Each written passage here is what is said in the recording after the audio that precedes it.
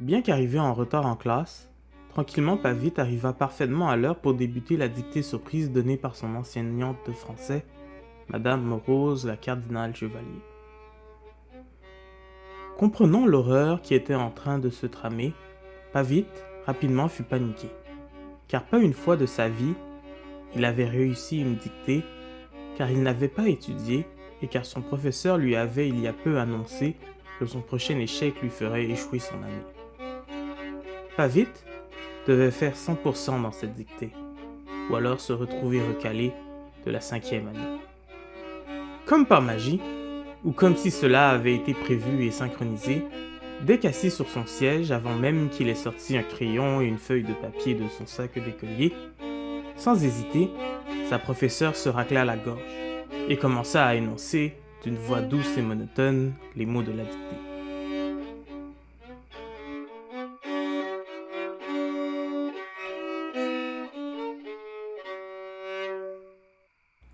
Ailleurs qu'ici, il y a moyennement longtemps de cela, Rose-Marie Prophète, la prophéteur de français, déclara que la seule langue qui puisse sous danger de mort légalement être écrite et parlée soit le français, car elle affirmait qu'une muraille tombe qu'on en gardait.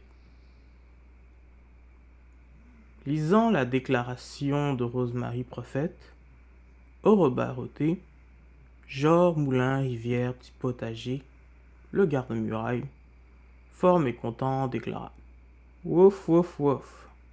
Tonnerre, tonnerre.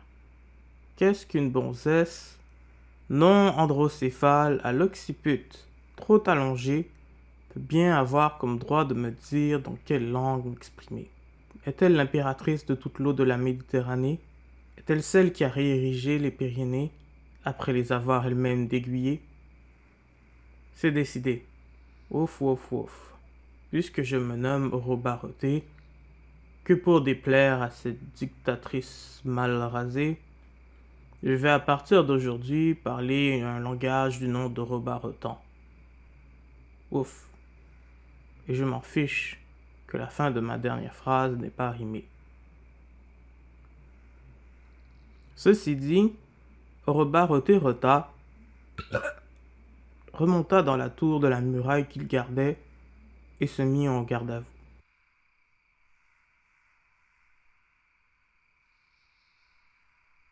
Dès qu'à son poste retourné, se présenta au pied de sa tour une souriante petite souris, qui après avoir ri, déclara tout en politesse, comme il est de coutume à la cour: Hi hi hi. Hi hi hi. Orobaroté, je sais que tu m'entends impeccablement et je sais que tu ne peux pas me voir. Mais je t'en conjure, ne te brise pas le coccyx à t'abaisser et à regarder en bas de ta tour. Ne fais que me croire et écouter ce que j'ai à te dire. Hi hi hi. Mon nom est Camille la souris, héros de Marie, reine des rats. Et tout simplement, je voulais te prévenir de l'arrivée imminente de la nombreuse et dangereuse armée de rats qui sous peu va s'installer au bord de ta muraille. Mais n'aie crainte, car sache que nous ne te voulons aucun mal, ni à toi, ni à ton mur. Oui, il est vrai que les rats ont jusqu'à aujourd'hui anéanti de nombreuses et puissantes nations. Oui, il est vrai que sans jamais se rassasier, ils ont hier dévoré tout ce qui pousse sur 1000 milles de champs. Oui, il est vrai que les rats sont considérés comme étant les plus terribles et vils êtres de la terre. Et oui, il est vrai que nous sommes nous-mêmes à la fois impressionnés, émoustillés et répugnés par nos actes. Oui, il est vrai tout cela. Mais foi de rat. Parole de souris. Oroba Dorothée, je te le jure. Nos ambitions s'arrêtent au bas de ton mur. Ouf, ouf, ouf. C'est noté, Camille, souris qui parle pour les rats. Je garde ta promesse comme parole indéluctable. Mais sache que je ne me serai pas inquiété de toute manière.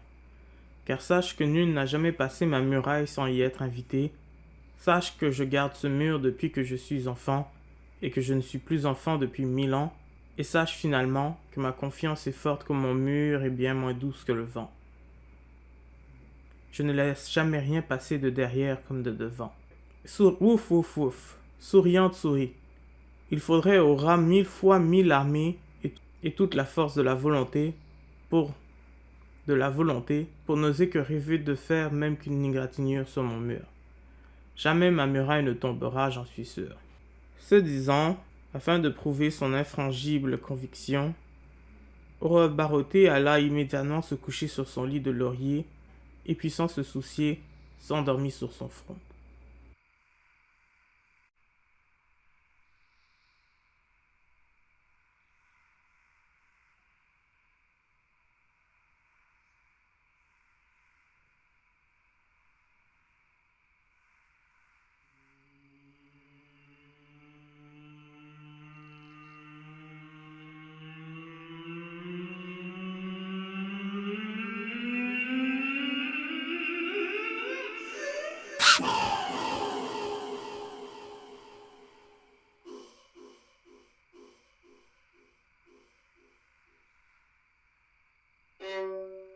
Le lendemain matin, Orobaroté se leva en sautant de sur son lit, car sa tour était en feu. Devant son mur s'était présentée la tristement renommée 1000 fois 1000 armée des rats, en plus de tous leurs amis. Orobaroté, Genre, Moulin, Rivière, Petit Potager, le garde-muraille avait cessé de garder sa muraille, et sa muraille était tombée. 1, 2, 3, la dictée est terminée. Déposez vos crayons et priez la grand-mère d'avoir passé.